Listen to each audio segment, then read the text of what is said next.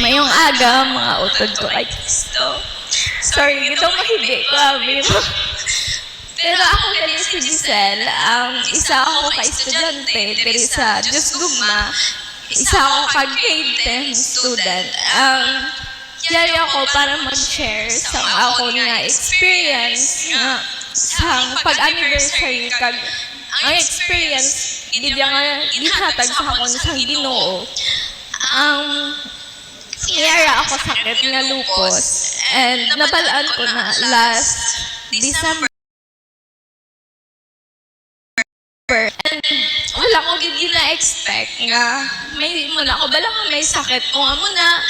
kag ang hambal sa akon sa doktor is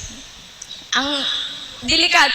ang amo na kasakit na may chance na hindi ka na bala mag-ayo lifetime mo na nakasakit kag sa nga batian ko to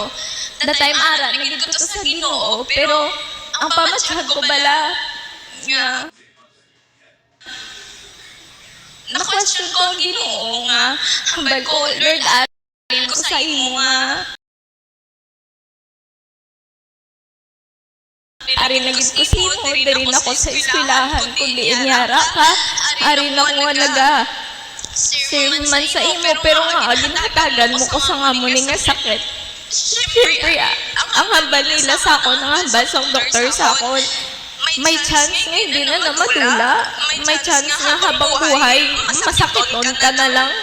amo na nga ba sa akong sa doktor and of course as a bata nadulaan ko hope kaya hambal ko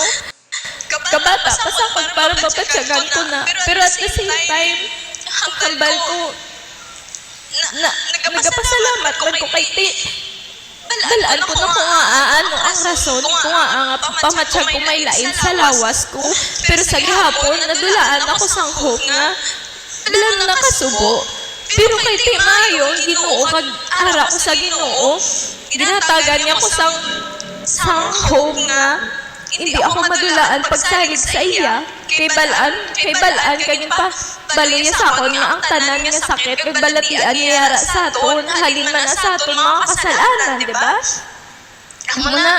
ang Ginoo wala agid ko pabayaan ko at nga muna maski ano kasakit para sa akon i-accept nga may sakit ko nga masakiton ko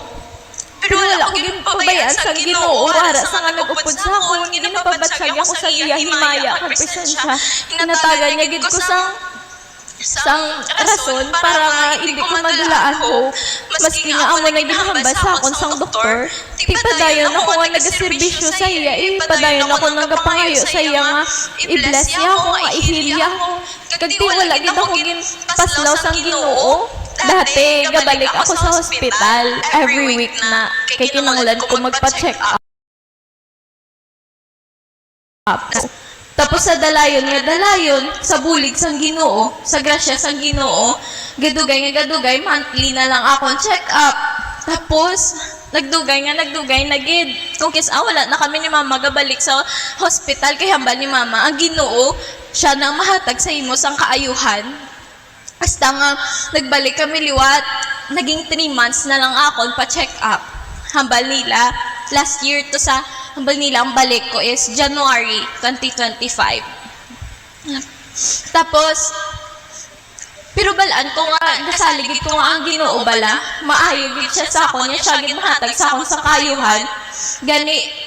sang sini nga January kinahanglan na mo dapat magbalik sa hospital